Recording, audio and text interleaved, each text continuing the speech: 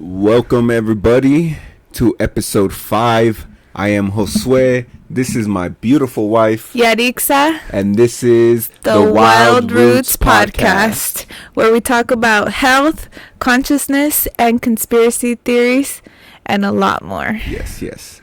So this is a very special episode because this is the first episode since having our new son. Yeah, we had a son. A son, which is a surprise because this whole time we did not know what we were having. Yeah. Which was pretty hard. Yeah, it was so hard, huh? Yeah, that was. So, but I kind of already knew we were having a son. Yeah, she was always saying he when referring to the baby. Yeah. So the baby would have been pretty pissed off if it ended up being a girl. I know. But I feel like I would have known. I had actually 2 dreams this whole time where... And in both of the dreams, it was a boy of the baby. Yeah. So I think 2 dreams too, huh? Except in one of them. You had like 3 that were boys. And then you had that one where it was... The dragon one? Well, that one I thought it was going to be a girl. Yeah. Yeah. So, we haven't had time to record an episode yet. Yeah. But, so here we are now as new parents. And it was quite the experience because we decided to have a Lotus birth. Yeah. And a home birth. Oh, yeah. So, with the midwife. Yeah, we had a midwife. Well, we had 3. Yeah, technically we had 3. Yeah. One that we really worked closer with, and then the other 2 were more like assistants to the main. Like doulas, but there were midwives too. Yeah, for sure. So, very interesting experience. I'm glad personally that I found a woman that wanted to do a Lotus birth and have a home birth, because that was one of the things that I was really hoping for, because just the hospitals, I know everything that happens there when they try pushing on you and stuff like that. And then plus after hearing your experiences that you went through at the hospital, it was kind of like a no-brainer. Like, all right, we gotta... Oh, I didn't know that you already knew about Lotus birth before. Yeah. Oh, that's cool.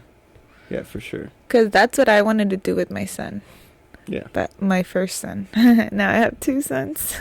Yeah. It's so crazy. It's wild. But, yeah, that's what I wanted to do with JR, but he didn't get to do that. Yeah. So, for those of you that don't know, a Lotus birth is basically when you have the baby and you don't cut the umbilical cord off right away. You just let the placenta fall off on its own, in its own time. So it could last like 3 to 7 days or 10 days, right? Yeah. It depends where you're at. It just depends. Like, we're in the desert, so it's pretty dry, even though it's been raining a lot lately, which is crazy, but it's pretty dry out here for the most part.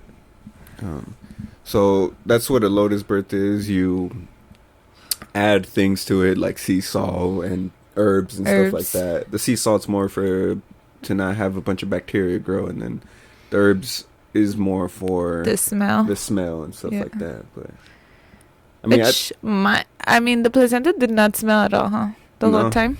Just, yeah, we cleaned it a few times, and just one of the times that I cleaned it, I was like, okay, yeah, you can smell it a little bit, but as soon as I put new herbs on it, it was no big. It was like, it smelled so good because every time we would move the placenta bag, it was like smelling really good. Yeah, it was good. Definitely, I think all that lavender really helped. Even the midwife was like, when she came to check up on us, she thought that we hadn't changed it or something, and she's like, oh, it still smells really good. And we're like, no, we just changed it, but but it does smell really good. Yeah, it does. Yeah, so you would think, it has a bag of blood and, meat. It's like a piece of meat. Yeah, it looks pretty intense. Yeah.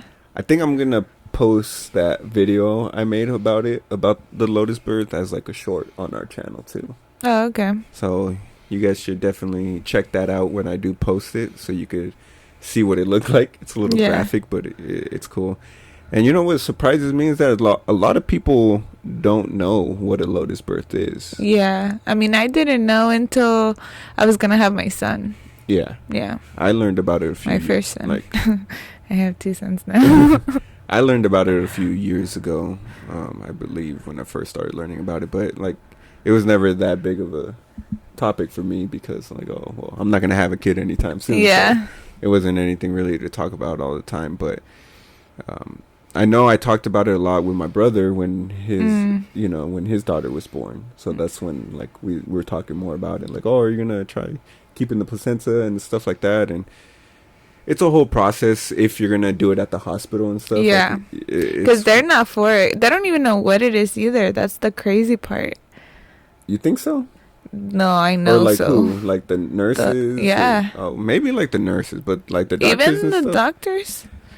I mean, I don't someone know, knows. doctor. They have to know because they're... Because I called like all the hospitals around Yeah. me, and I was asking them if I could have a Lotus birth, and then they're like, let me talk to the doctor, and then they would come back on the phone and be like, well, what exactly is a Lotus birth? And then I would have to tell them. Well, did they not know what the Lotus birth was, or did they not know what a placenta is? No, they And, know like, what the placenta is. Okay. They don't know what a Lotus birth is. Because I was asking them if I wanted to have a Lotus birth. Is it okay if I have a Lotus birth if I have the baby there? And then they were like, let me talk to the doctor. Yeah. And then they would go, and then they would come back, and then it'd be like, what exactly is a Lotus birth? And then it'd be like, I don't want to cut the placenta off. And then they're like, okay, hold on. And then they would go ask, and then they would say no. No. I only got one yes. And then it ended up being that they lied to me. They just straight up lied, huh? Yeah. Damn. It's crazy because, I mean, I had a daughter a long time ago, but I don't remember them ever saying anything like, oh, do you want to keep it on for a little bit? Or no, it's just like as soon as it comes out, they're ready to cut it. Like instantly. Damn. That's like one of the first things you do, as soon as it comes out. Mm-hmm. And, so they could put it on the mom? Yeah. Unfortunately, I'm the one that cut my daughter's umbilical cord. You don't know. You think you're doing something like, oh, let me just... Like cutting the ribbon for a new business? Yeah. Bro, that's what they make it seem like. Like, oh, do you want to do the honors? Like, yeah.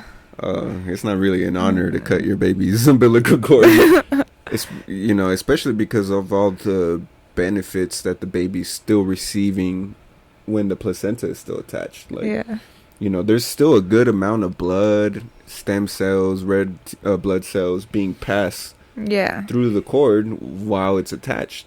Like, if it was meant to be cut off right away, then I think the Most High would have made it to where it just falls off instantly as soon as it touches oxygen or something, Yeah, like, why would it still fall? Like, I wasn't sure what the belly button was gonna look like after it fell off, because I was like, because it just looks like a big tube coming out of the baby, But then, like, the belly button looks so pretty, huh? Like, it's just, like, so nice and perfectly round, and then, like, I don't know, it looks like a belly button. Yeah. I mean, even when you cut off the cord, it leaves a little bit of it. And that's supposed to fall off? Yeah, and it does fall off after a while. Oh. Yeah. That didn't happen with JR or what? I don't remember. Oh.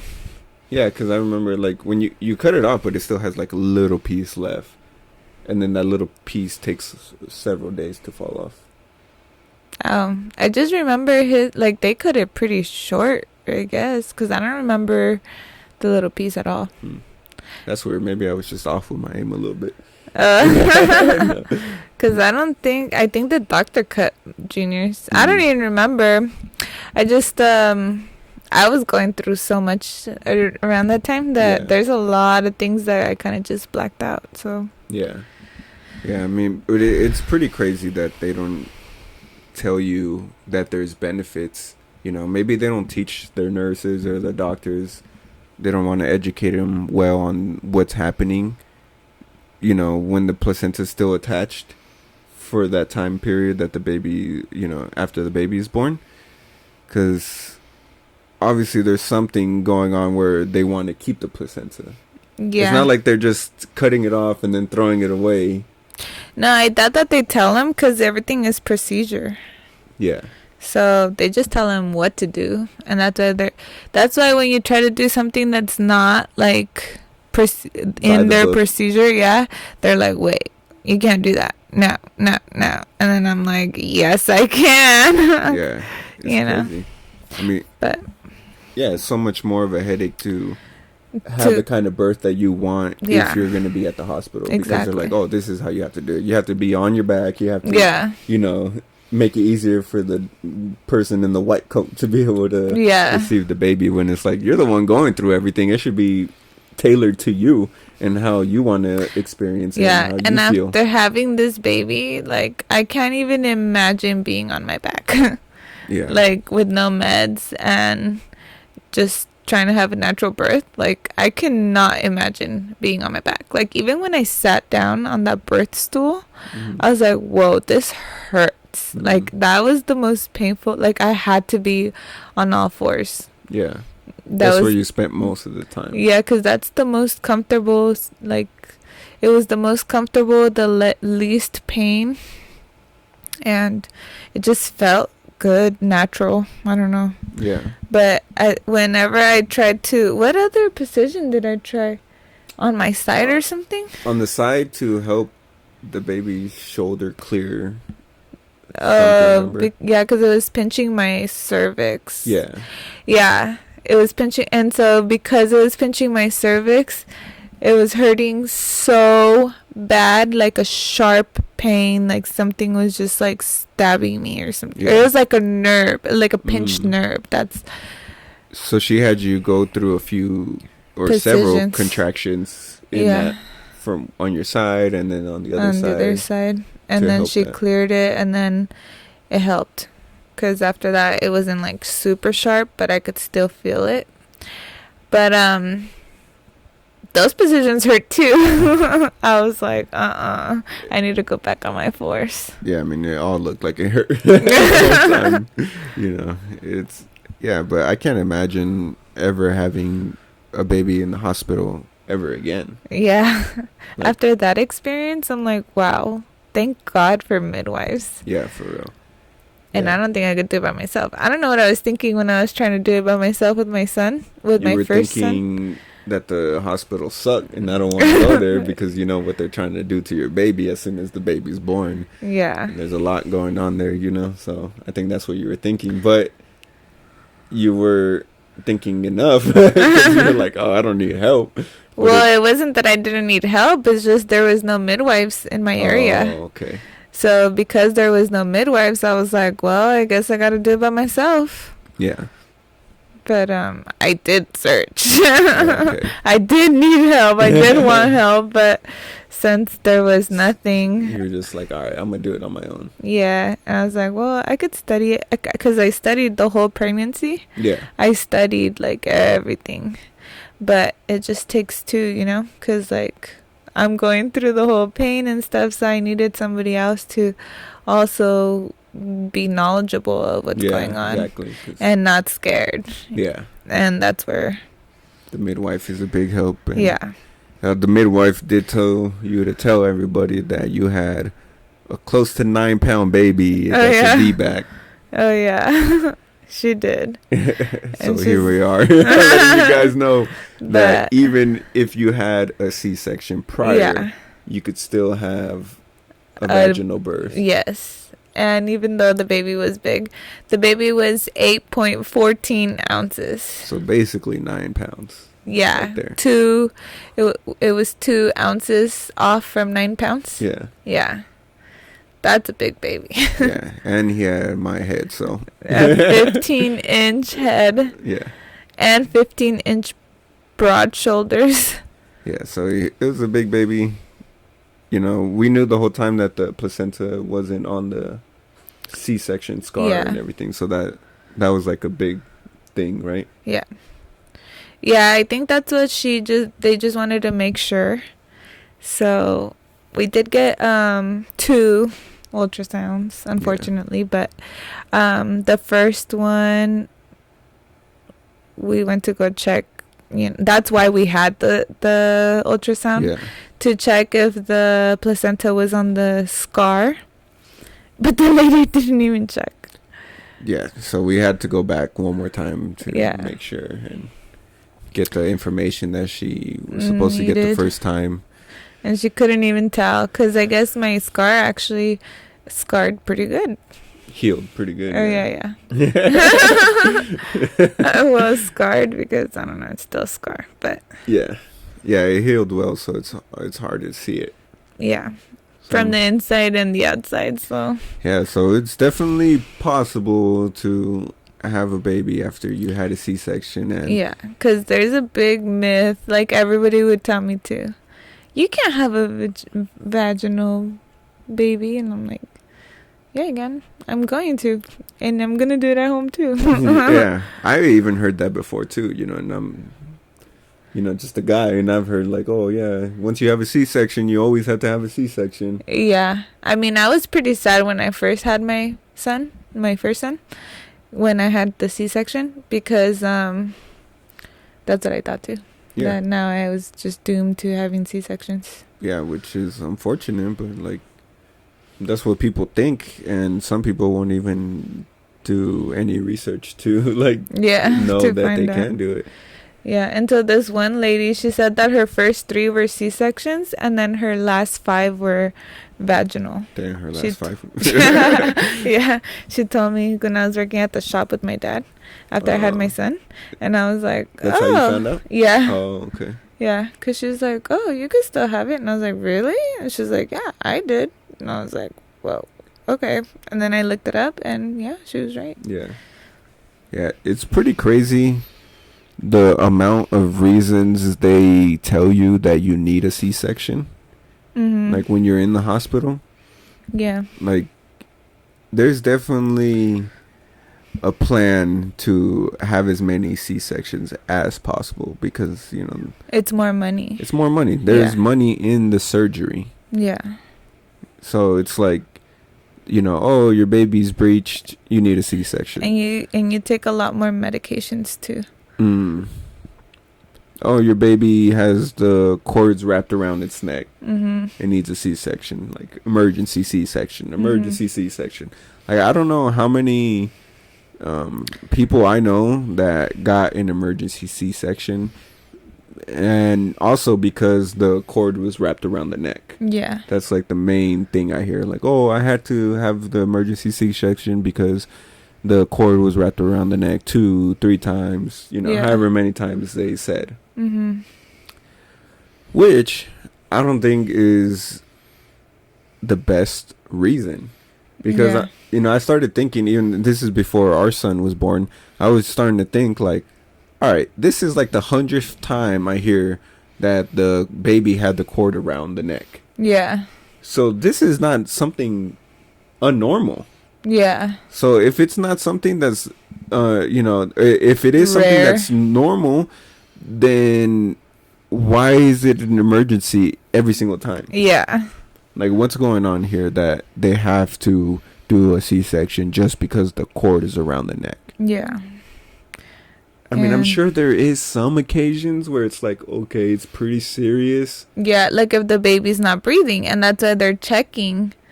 Because remember, the midwife kept checking the whole time. Yeah, she kept checking the heartbeat and everything to make sure. So if the heartbeat goes down and the cord is on the neck, then okay, maybe that's why. Yeah, that's a reason why. Yeah, and then when our son was born, after he crowned, and then I was right there. I had a good view of everything going on, and as soon as the baby's head came out, the midwife was like, oh, there's a cord. And it was just wrapped around his neck. And she just grabbed with like 2, maybe 3 fingers, just took it off. And then just continued like nothing. Yeah, she didn't even say anything. Yeah, well, she said there's a cord. Yeah, but like... She wasn't like, it's wrapped around the neck. The cord is wrapped around the neck. Like, like that's what I imagined it at the hospital. Yeah. Like on the intercom. Yeah. Code red. Code red. we must C-section this baby now. He's already almost out. Put him back in. Oh, don't remind me. Oh, damn, yeah. Yeah, that was crazy. The baby's head just going in and out, seeing that. But apparently that's a good thing, right? Because then you didn't rip that much because you were like slowly stretching instead of just like all at once. Yeah, she even said that the only reason she thinks I ripped a little, because I literally had like a tiny rip. They were pretty hard to see.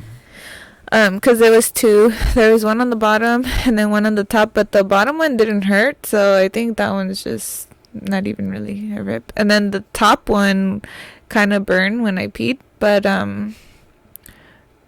I don't feel it anymore. Like, it literally healed so fast because it was so tiny, she said. Yeah. But she said that the only reason she thinks I ripped was because she had to stick her hands inside me. Yeah. Because the baby had, like I said, broad shoulders. It got kind of stuck. It got stuck with the shoulders. So the head was out, but the shoulders wouldn't come out. And then I was screaming, "Get this baby out of me." Because the baby kept going in and out, in and out, in and out. And I was like, I had already felt the ring of fire. And I was like, oh, heck no. What is the ring of fire? When the head is like literally about to come out. And it just like the whole thing probably just stretches as much as it can. It's when the baby's pretty much crowning, right? And head, like the crowning is to where it's like right here at this point. Yeah. You know, so pretty much the whole head. The whole head. And then it just feels like burning, like it's burning so bad down there. And then out of nowhere, but it's like, it's supposed to be like 30 seconds, she said, but I guess it was less than 30 seconds. But the problem with the baby was that it went through to the ring of fire. I could feel it burning, and then it went back in. Yeah. No, it got stuck. Oh yeah, that was a little. Yeah, that was after. Yeah. Okay, so that was what it happened. So I felt it burn a little, and then it went back in, and then it went through, and it was like right in the ring of fire. But then like my contraction went away, and she said that I had to wait for another contraction. And it was just chilling. Yeah, and I was like, it's burning, and I was like, you said it was only gonna be 30 seconds. And it hadn't even been like 5 seconds, but to me it felt like, whoa, it's burning. And she's like, well, we have to wait for another contraction. And then I was like, what? And then the other contraction came, and I was like, okay. I took a deep breath, and I was like, I'm pushing as hard as I can, because there's no way that I'm gonna keep this baby in the ring of fire. Yeah, and let it go back in. Yeah. So I did try to push as hard as I could. And then you did a good job at that. Like when it was time to do the big pushes, where you're like, all right, you know, you let it out one way or another. You know, you were doing good, like breathing in and then just letting it out. Yeah, because I was just like growling. Like, was it growling? You had about, if I could have recorded it, I would have had like 30 different sounds, grunts, noises, screams.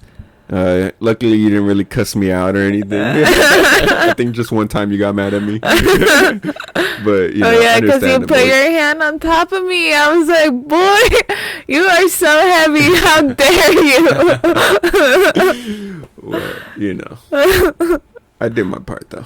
I was quiet when I needed to be quiet.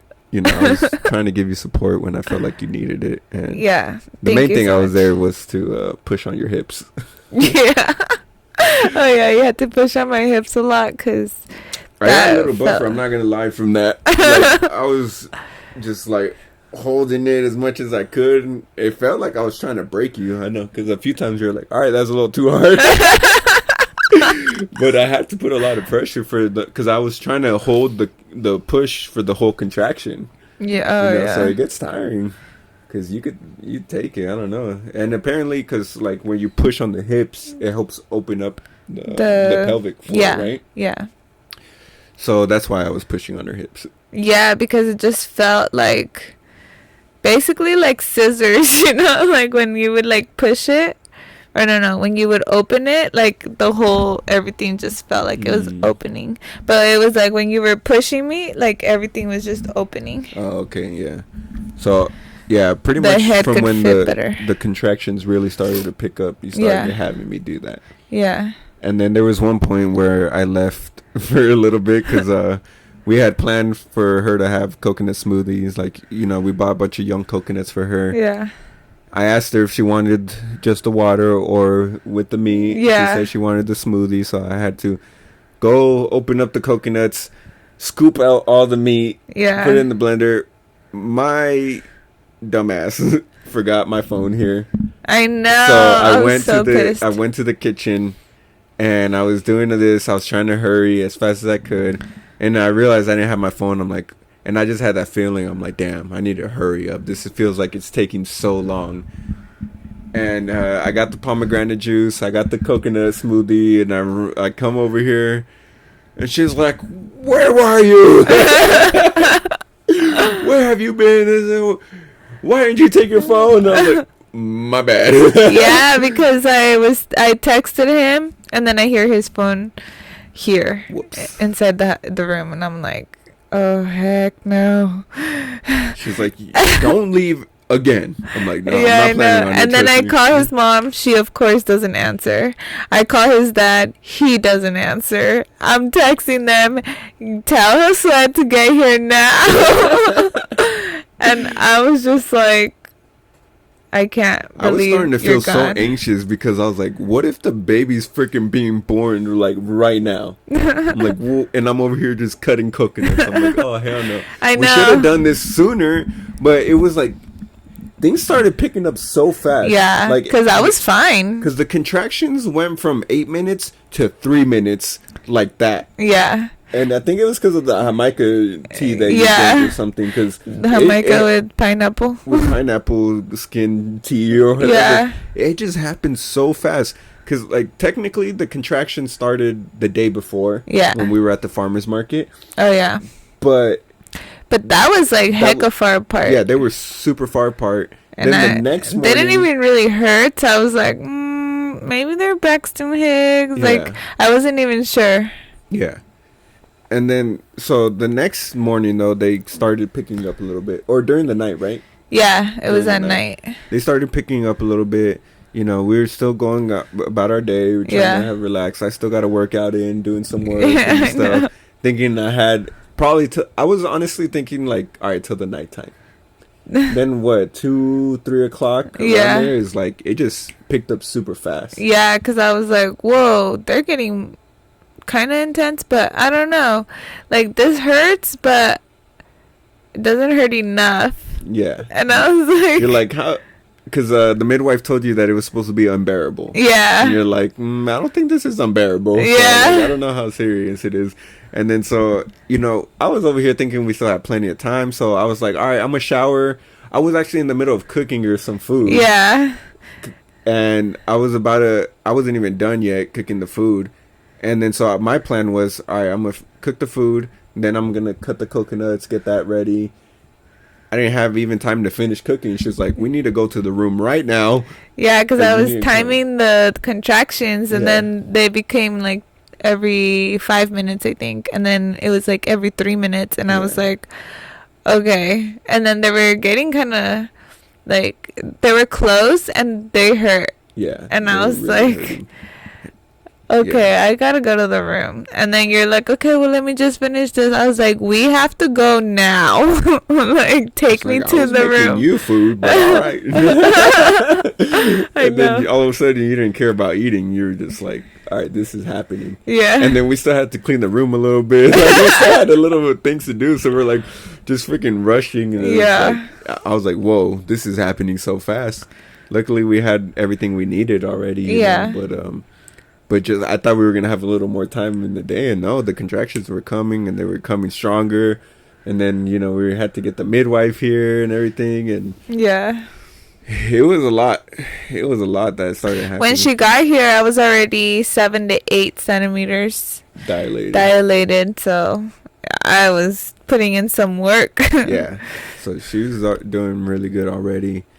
And then when she got here, yeah, everything is just going fast. Yeah, she called the other two, and then everything just kept going fast. And then I just remember telling her, I'm pushing. And she was like, okay. And then I just, like, my body, like, it's such a weird feeling because it feels like you're throwing up because, like, your stomach just automatically goes in. But, like, what? I don't know. Have you thrown up before? No, just kidding. Yes, I've thrown up plenty of times. But, like, have you thrown up when you have nothing to throw up? Oh yeah, like dry heaving. Yeah. Yeah, and that's then the worst. like your stomach is just going in.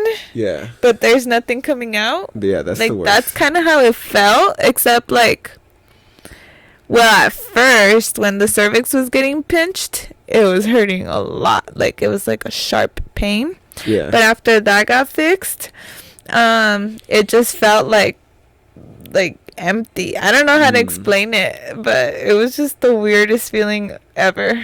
Yeah. And then I was just like, okay, I just need to push as hard as I can. But even though you're trying to push, like it's not even a push, I feel, because it's like your body's just automatically doing it. So like I'm just trying to like hold it. That's what it felt like. Like I was trying to hold my stomach in so it would like push it out or something. I don't know how to explain it, but yeah, that's a pretty good job of explaining it, because it just, all of it just looks pretty crazy from my perspective. I'm just like, holy crap. And just like seeing you go through pain is pretty tough. I'm a very empathetic person, so like when I see someone going through pain, I feel like I'm like going through it too, so it was hard to see you go through pain. But even though I know it's like something as beautiful as our son, well, I didn't know it was our son, but our baby was about to be born. But even just like watching you go through pain, I'm like, damn. I felt like so much just gratitude, so much like respect, so much honor, like so many things towards you, just seeing you, like what you have to go through just to have the blessing of a child. It's pretty intense, and it's like no wonder why we should treat our women so well, and we should respect our mothers and our wives so well, because damn, like they had to go through all that just for me to be here, just for our son to be here. Yeah. Like I'm gonna make sure he knows what he put you through. Like you had a big ass son. Like, yeah, that was a big head. Like, hey. So now what? Now we have to respect our mother now, and that's what I tell Junior all the time is like, hey, don't be talking to your mom like that. Don't, like, anytime there's disrespect towards you or your mom or, any woman figure in his life, I make sure to cut it right away. Yeah. Because I'm like, no, we have to honor our mothers to the fullest.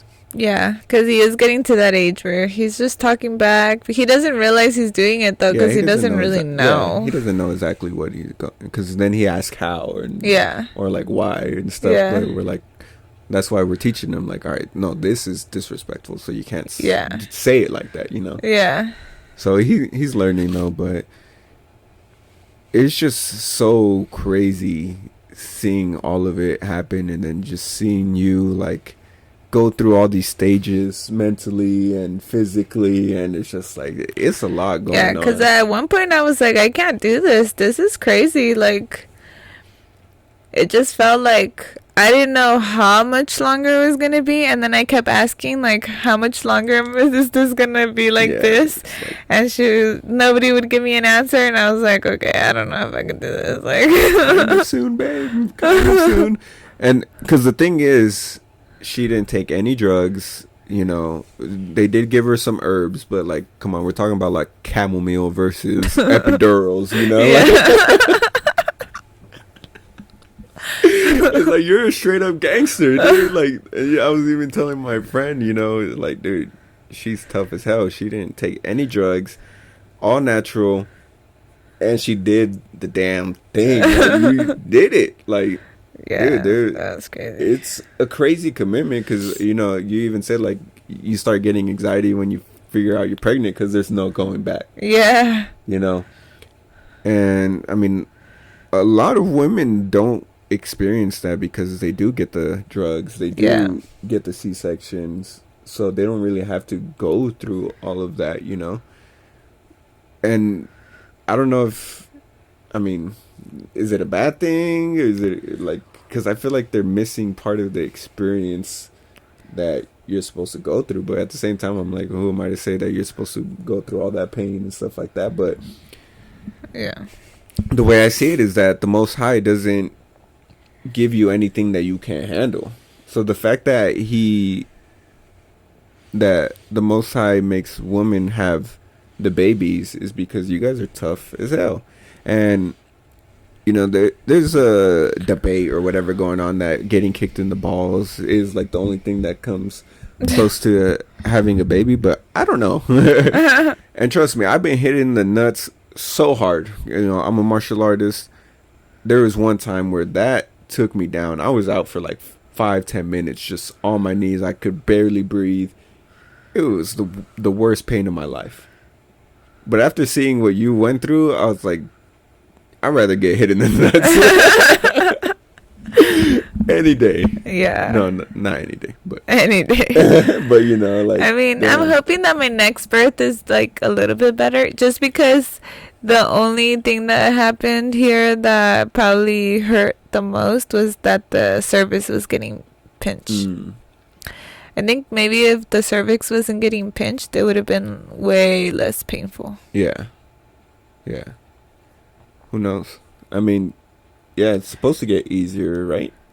Well, yeah, because I mean, it did stop hurting as bad, but I think I was already in the mentality that I was hurt. Because I was like, I mean, unless our next baby has an even bigger head. Oh, heck no. Let's not. You never know. Hopefully it's a girl. They're more likely to be smaller. But, yeah. I mean, they could still be big. But especially because we all thought I was having a baby that was small. Yeah. Well, I didn't really buy into it. No? Oh, because I was like, well, dang. Because she didn't start saying it was small until, like, later on. And you were already looking like your stomach was lower. Yeah. So I was like, maybe she just can't measure the baby the same because you definitely looked lower at that point when she started saying like, oh, I think like it seems pretty small. But I'm like, I don't know. She said 6.5 to 7 pounds. Yeah. So. And I was like, what? Because I wanted an 8-pound baby. Yeah. And so I was like, why am I having a small baby? That's weird. Yeah. And then I made it to 40 weeks and 3 days, huh? Yeah. And so, but when I made it to 40 weeks, my app said that the baby should be like about 8 pounds. So I was like, no, I think I have an 8-pound baby. Because Junior was born at 40 weeks 1 day, and he was 8 pounds, 2 ounces. Yeah. And our son came out the perfect size. he came out big. He's an adorable little guy and nice and chubby already. He's super chubby. He's already over 9 pounds. Yeah. And the way he eats, he'll get to 10 soon. Mm-hmm. If not, he's already there. I don't know. Sometimes I be carrying him and I'm like, all right, damn. Yeah, he's so funny. He already didn't fit in the newborn. Yeah, he didn't fit onesies. In the newborn clothes right away. Yeah. Damn, dude. And then we have a bunch of newborn diapers. And like, I literally had to like try to adjust it to the very tip of the sticky part. Yeah. To close it, because he's definitely not fitting those either. Yeah. So the placenta it stayed on for up to 4 days. Yeah. Like, on the fourth day is when 3 it fell days. off. Yeah. Technically, it was 3 days because he was born at 5:39. Yeah. And then the placenta fell off around 7, right? In the morning. Yeah. Yeah. Yeah. So it lasted 3 days and close, whatever. But yeah, on the 4th. No need to cut it off. Yeah. It just falls off on its own. Yeah. And you could do different things with the placenta. Yeah. Like, I know there's programs and stuff where you could pay to have it frozen for a certain amount of time. until you need it, or I mean, not until you need it, but until the baby needs it. Because then the placenta is still full of stem cells. It's still full of things that the baby could use. Technically, we're not gonna do that because that does take preparation. It does cost money to have it stored and stuff like that. We still have the placenta in the freezer though, because we're gonna do something different. Do you want to say what we're gonna do with it? Well, we're just gonna plant it. Yeah, we're gonna bury it with one of our trees at our land. And just, a cherimoya tree. Yes, yeah. I already have the tree picked out. Yeah. Yeah. So that's exciting on the new year. In March or April. In April. Well, that's our little one. So let me go get him. Yeah. Or Or let's see if he stops crying real quick. He'll probably continue, but yeah. So we're gonna bury the placenta at the land under one of our favorite trees. You buried Junior's placenta right there too? With the key lime tree that my brother gave my mom for a Mother's Day. Yeah, so that's pretty cool.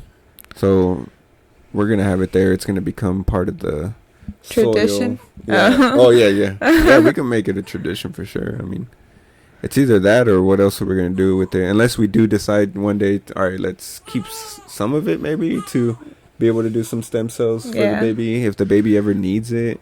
I feel like the rest are gonna be jealous. We didn't do it. Who knows? We'll see what happens. But the point is, don't let the hospitals take your placentas because they're selling it on who knows who, different places, universities. They're making medicines out of it. Stem cells is a big thing nowadays. So where are they getting all these stem cells? From the placentas that they take from you. Yeah. And then also I saw this video of this guy that does the medical sales at the hospitals, and he's the one that sells the placentas. Yeah. And he was saying that he sells them for $40,000. Yeah. Like $45,000 for each placenta. Yeah. How much of that money are you seeing? Did they even tell you? They actually charge you the same amount to have the baby in the hospital. Which is crazy. Yeah. Which is crazy. All right. I think I gotta go get him. Yeah, go ahead.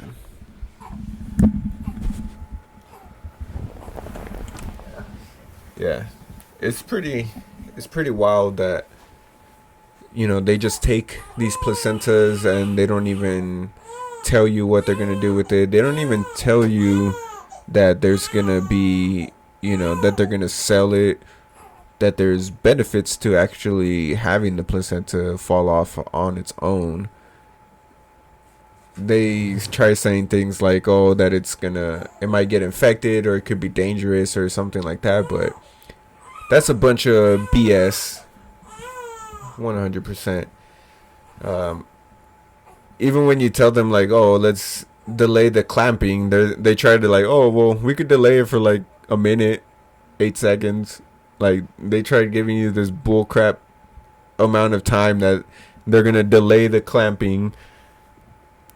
What the hell is that going to do? It's like, if it's going to fall off in a few days, it's for a reason. There's a reason why the Most High made it to where it stays on for a certain amount of time.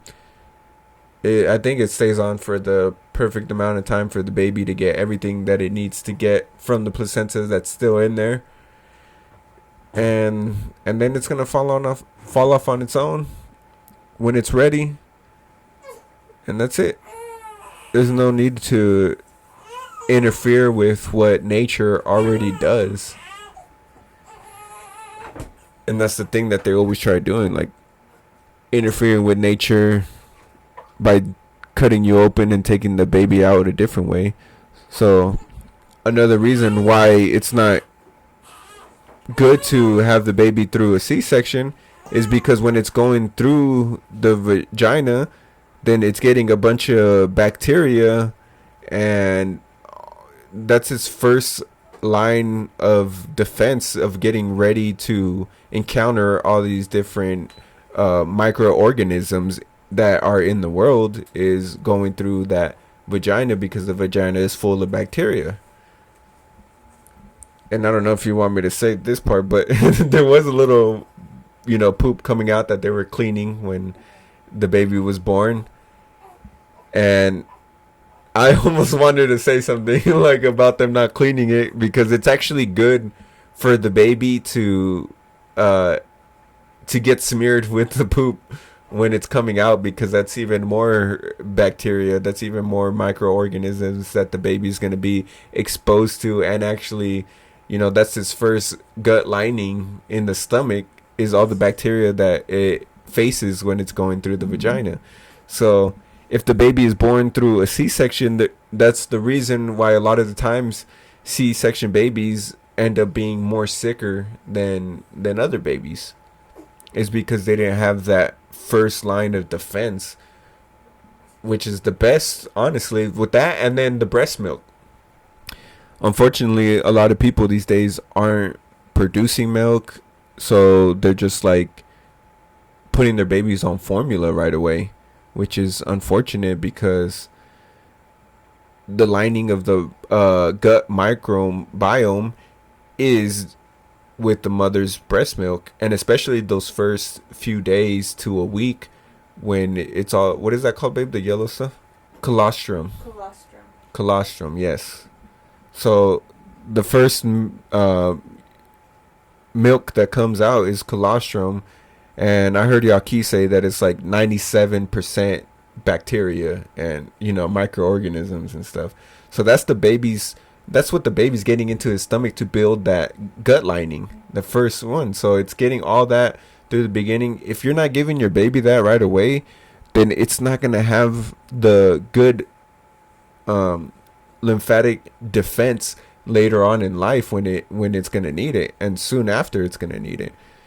So there's so many reasons why I think it's important to make sure to have the baby as natural as possible, and do what you have to do to make sure that you're producing the milk necessary for your baby to be eating, because there's nothing better than breast milk. Like, that formula does not even come close to what the mother's milk is like.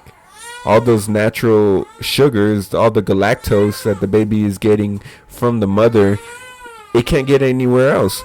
And it's specifically designed for the baby.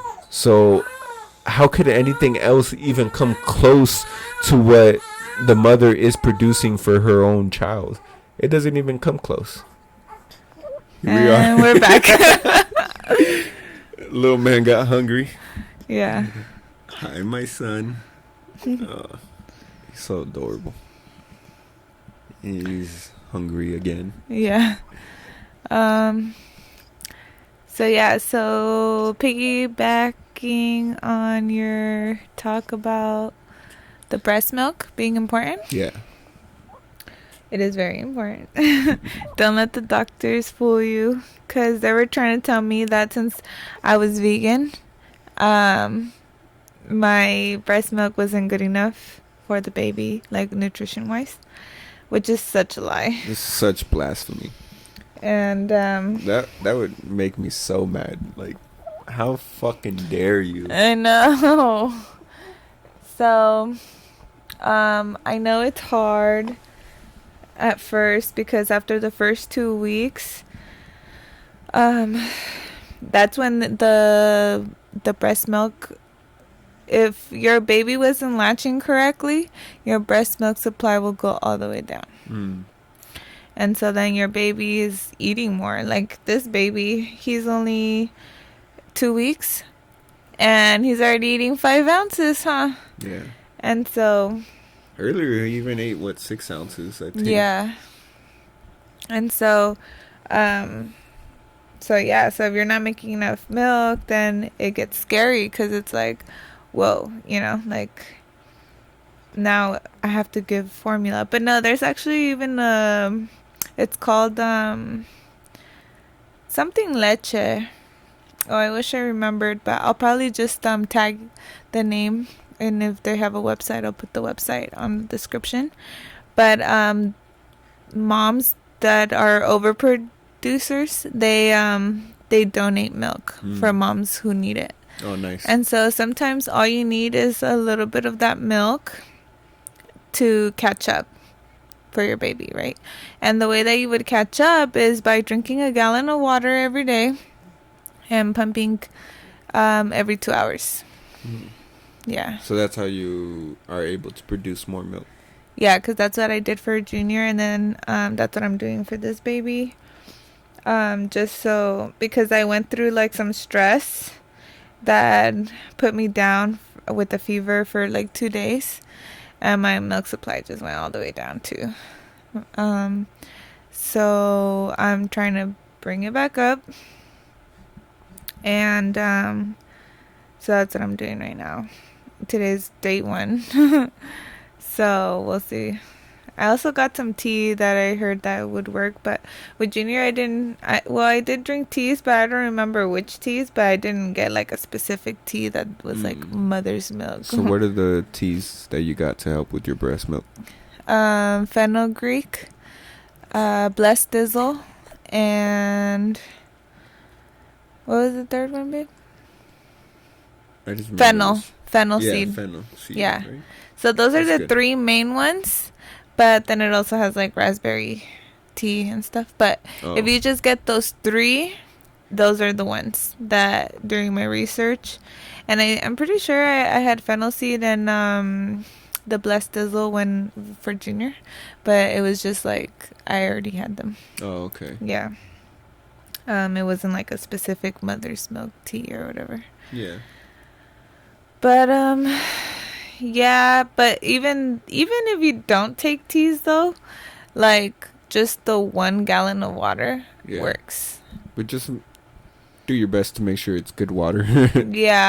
Yeah. Fortunately, the water that we drink is full of electrolytes and minerals, so it's very clean water. Yeah. It's good and healthy.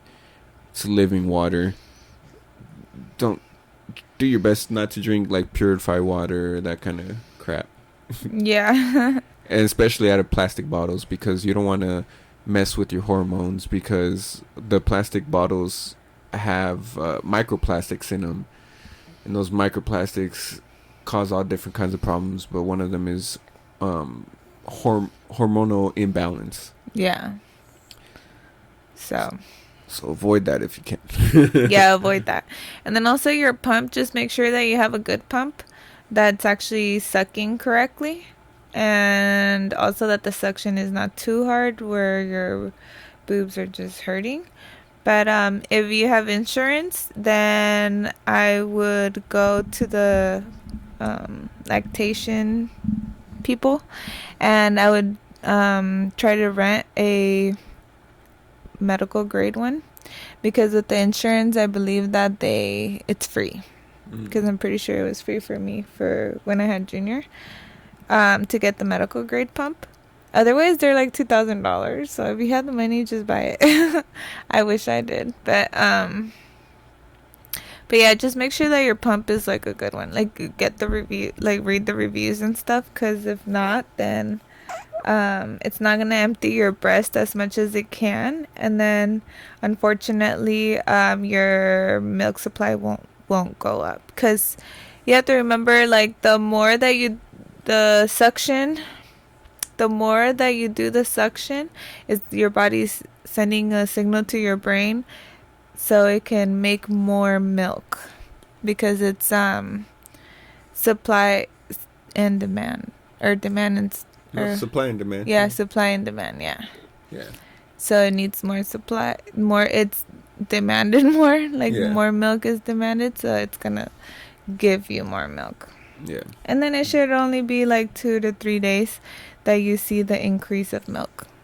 Nice. So now that you've gone through the home birth that you've always wanted, is that something like you would recommend for everybody? Or like, do you think we should have more home births instead of hospital births?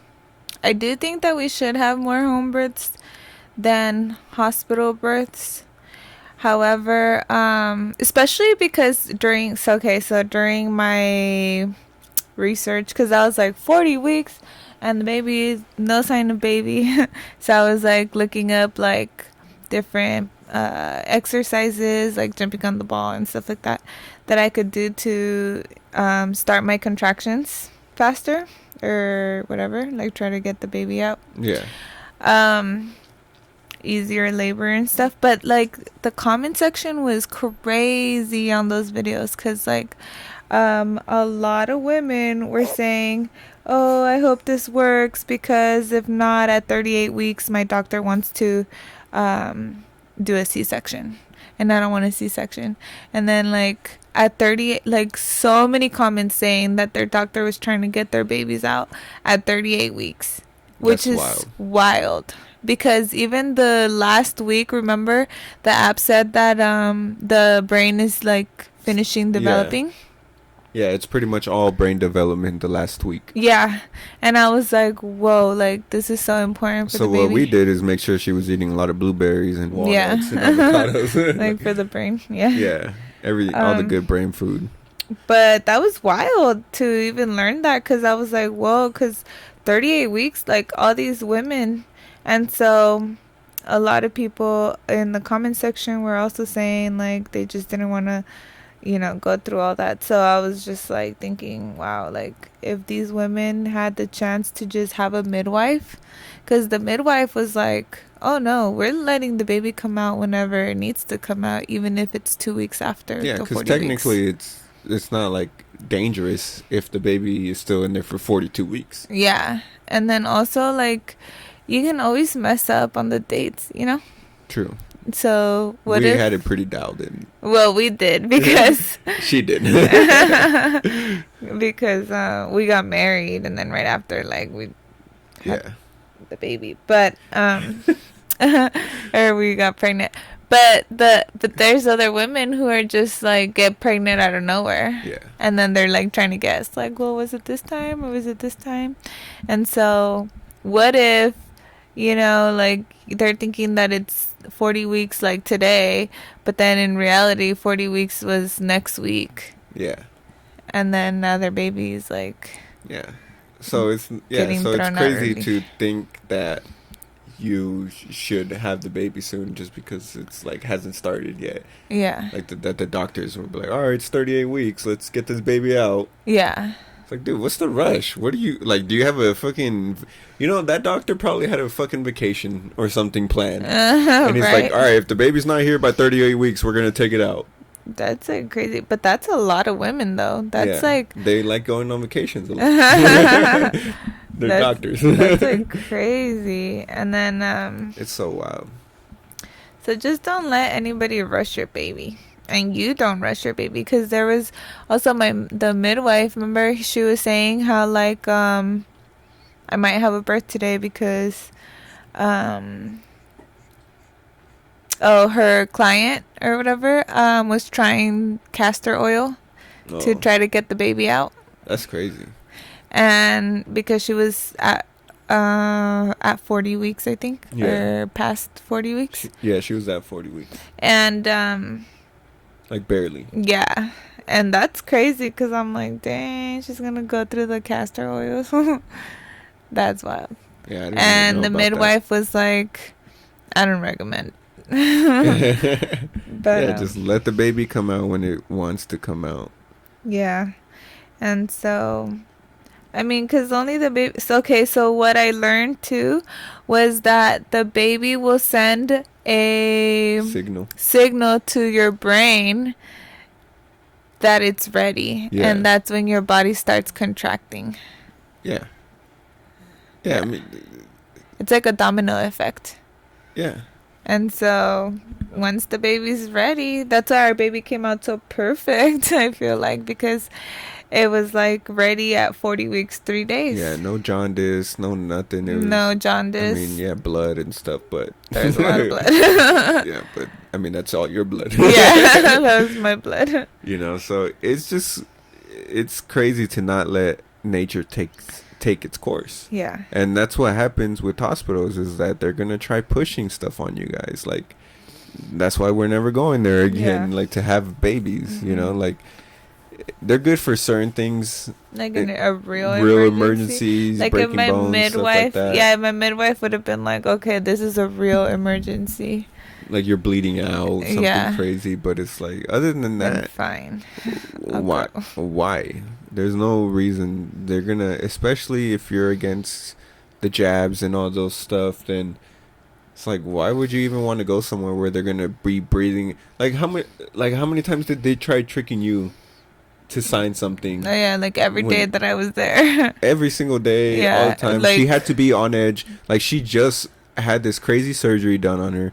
She yeah, just had this a new baby, but yet she had to be on edge every freaking minute because who knows what they're gonna try doing. yeah. She had to make sure they don't take the baby anywhere because you can't trust them. No, they would bring the needles and say, "Okay, we're ready to like give him the jab," and then I'd be like, "I already said no like so many times. What are you guys doing?" Yeah, and then they're gonna look at you like you're And crazy then they're because like, you don't want to "Okay, do it. well just put his name right here. It doesn't mean that it doesn't mean that he's getting any jobs." And then I'm like reading the paper, and then it's the yellow card, Hmm. and then it says By signing here. by putting his name here or something like I acknowledge that he will be receiving all the vaccines at the bottom Yeah. of this form or whatever. And then it's Crazy. like, and then it says name. And I'm like, I'm not putting his name there. Like, you're tripping. And then finally, the last day to discharge me, that's when they had me sign a refusal or whatever letter. Yeah. And I'm like, why didn't you bring this since the beginning? Like, they were acting like they didn't have a form like that or something. Like, they didn't Yeah. know. Yeah. It's just it's so crazy because. Yeah. Oh, go ahead. Well, I was just gonna say with the midwife, we didn't even have to fight. Yeah. We didn't have to say We didn't nothing have to go else. through any of that crap. Yeah, And the unnecessary crap because it's all unnecessary. They're just Yeah. trying to go by their book so they get their money because they get money for every time someone gets the jab. They're getting money. yeah, They're getting paid. The hospitals, especially with this new one that they're doing, yeah, they're getting money every single time someone gets it. yeah. So it's not just because they want the best for humanity or Mm. they want the best for your baby and the Most High sucked at creating healthy babies, so we gotta inject them with stuff Yeah, unnaturally right into their bloodstream, which they will never face in real life. I know. Like you never get stuff just directly into your bloodstream like that. I know. And then so it's like all this crazy crap for like what, and it's for putting your baby in danger. And like right now all these babies are getting sick and stuff like With the RSV, or what is it called? I don't even know, but yeah. The lung thing, and like I was like, whoa, like it's crazy, like how, like pretty much everybody that I know that has a baby right now, had their baby in the hospital for that. Yeah, it's super common right now, and Then the antibiotics, they're like short on antibiotics at every pharmacy right now. yeah, I mean, I'm not upset about that. Whatever. I hate Well, antibiotics. yeah, but at the same time, like all these babies are like really sick and their parents don't know what to do. Like they're Yeah. not giving them any herbs or nothing. So like if they don't have antibiotics, like they can die. Like there's babies dying from the RSV or whatever. Yeah, well, I don't know exactly what it is and why. It's kind they're of like a dying. pneumonia, I think, that for the babies. Yeah, but I mean, all those diseases are the same thing, so it's Just a probably bunch of something mucus. unnatural. Yeah, I have no idea why they all got sick. I mean, they were all born in, because all these babies are like 6 months and younger. Yeah, and are they jabbed up? Like there has to be some type of common denominator here. Yeah. That we're probably not going to get to know really, but I mean, I'm going to make a prediction, and God willing, I don't think our baby's going to go through that. And I Yeah, don't think it's going to hopefully go not. through a lot of things, I never wish that upon any baby or any parent.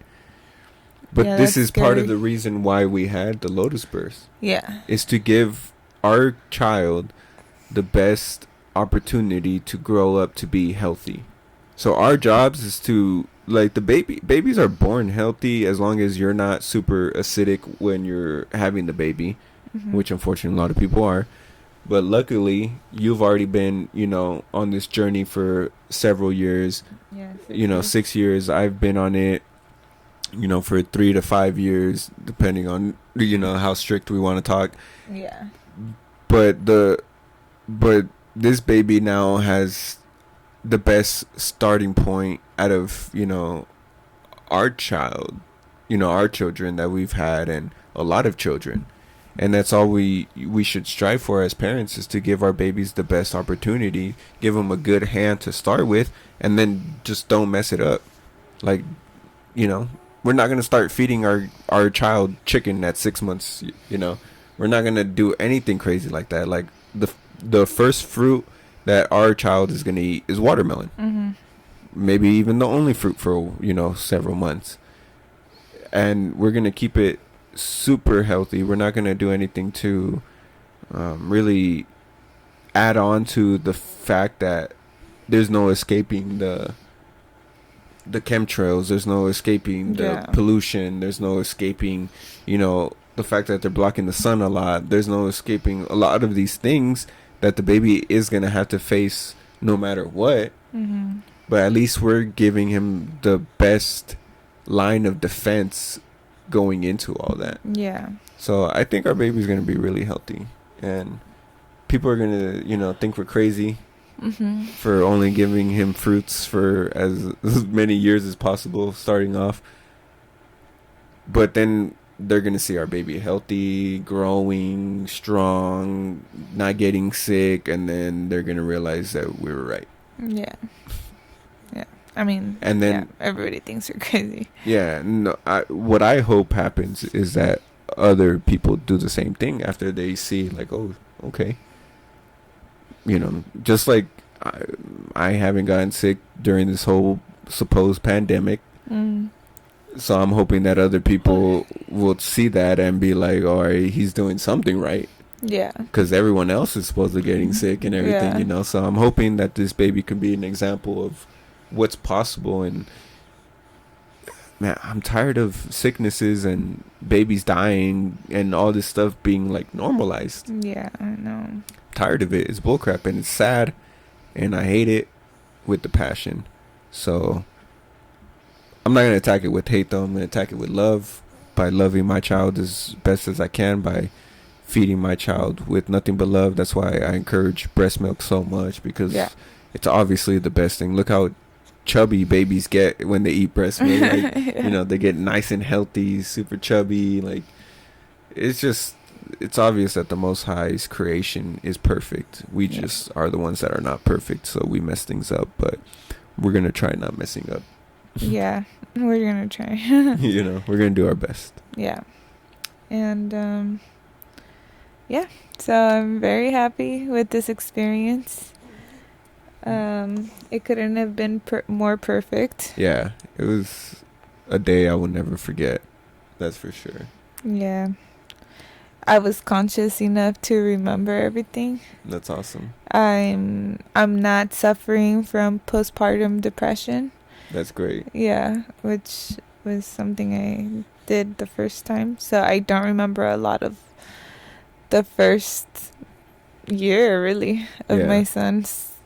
That sucks. Because even, I know, like, when we were talking to my brother and his wife about her C-section experience, like, some stuff started coming back to you, and like, you're like, holy crap. Like, now I remember this and that, and then it was kind of a hard moment for you. Yeah. Just thinking about it makes me want to cry. Yeah. But I'm glad you got to experience something completely different this time. And that makes me happy, because one part that we didn't talk about is, like, all right, so the baby, real quick, because we're about to end it, but real quick, because, like, the baby was born, right? And then I was going to catch it, but I didn't end up catching it because the midwife had to pull the baby out. Then she gives the baby to Yarixa right away.